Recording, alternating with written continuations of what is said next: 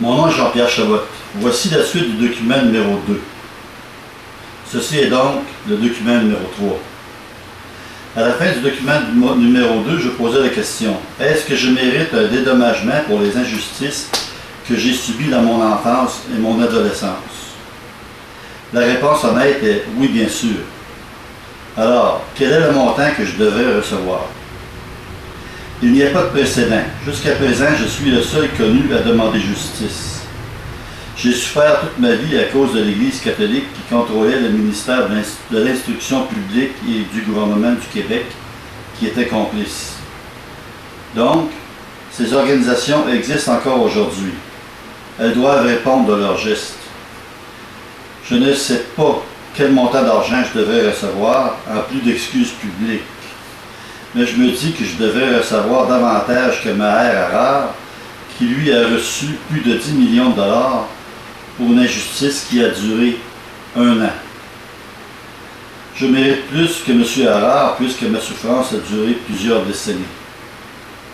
Je demande justice aux organisations responsables. Elles doivent payer pour leurs crimes contre moi.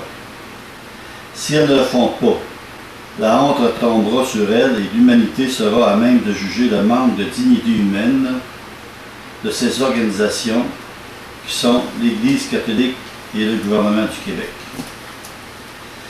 Maintenant, je veux dire à mes concitoyens pourquoi mon père a changé de religion. Près de chez nous, il y avait un homme qui abusait sexuellement de ses enfants. Mon père dénonça cette aberration au curé du village qui ne fit rien pour régler la situation. Pour lui, la négligence du curé jetait le déshonneur sur la religion catholique. Il changea de religion et il devint témoin de Jéhovah. Mon père, qui était très croyant, n'avait pas prévu les conséquences de son geste, c'est-à-dire notre envoi des écoles françaises du Québec. Malgré tout, il avait le droit dans notre pays à ses propres croyances. De plus, si nous faisons l'analyse des deux religions, catholiques et témoins de Jéhovah, c'est du pareil au même. Ce sont deux religions chrétiennes comparables à 99%. Ce comportement intégriste de la part de la religion catholique a encore des conséquences sur nous, le peuple québécois. Un pourcentage important d'entre nous se laisse avoir par des intellectuels qui se servent de toutes les tribunes possibles pour manipuler la population en semant l'idée que nous sommes différents.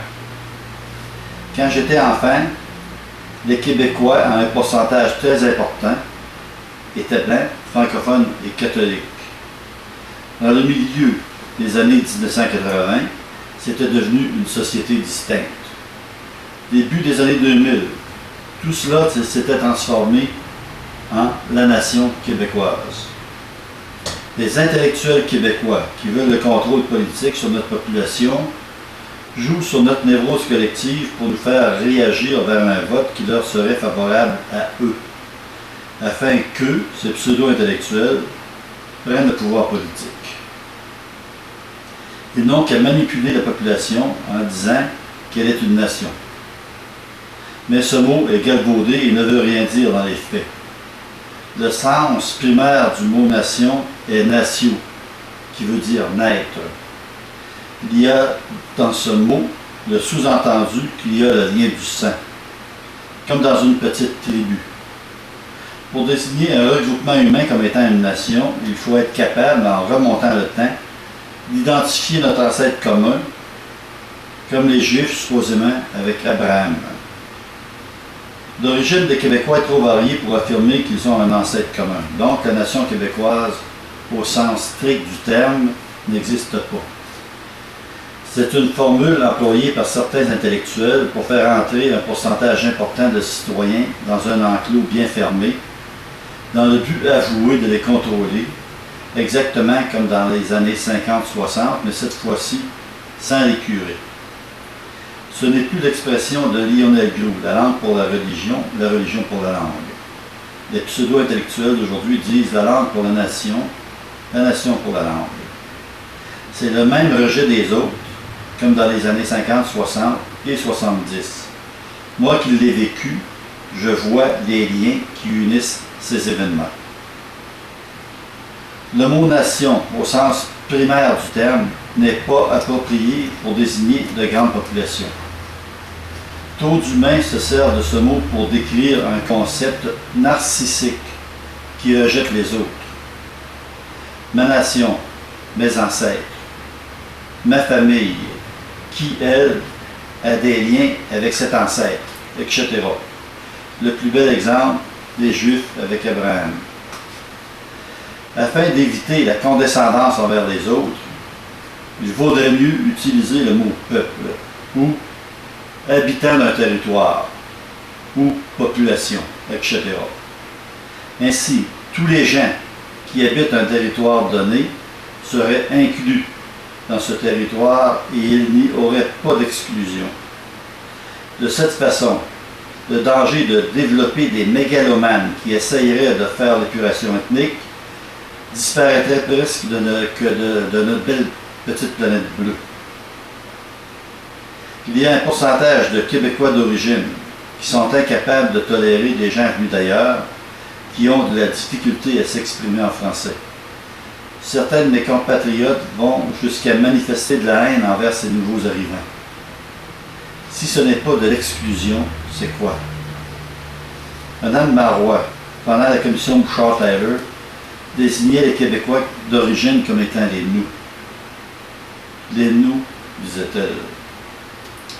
Cela sous-entendait clairement comme étaient les autres, les ethnies venues d'ailleurs. C'est vraiment un apartheid. C'est une ségrégation claire et nette qui se manifeste, comme avec moi quand j'étais jeune. Il est temps que cela change, ne croyez-vous pas? Tout cela pour séparer le Québec du Canada. Le plus aberrant dans cette situation, c'est que nous sommes les premiers, nous Canadiens français, avec les Amérindiens, à avoir jalonné le territoire canadien. Ces terres, avec toutes ces richesses naturelles, nous appartiennent à nous aussi Québécois. Alors, pourquoi nous en défaire? Nous, le peuple, les gens de la base, aurons-nous plus de pouvoir dans un Québec séparé?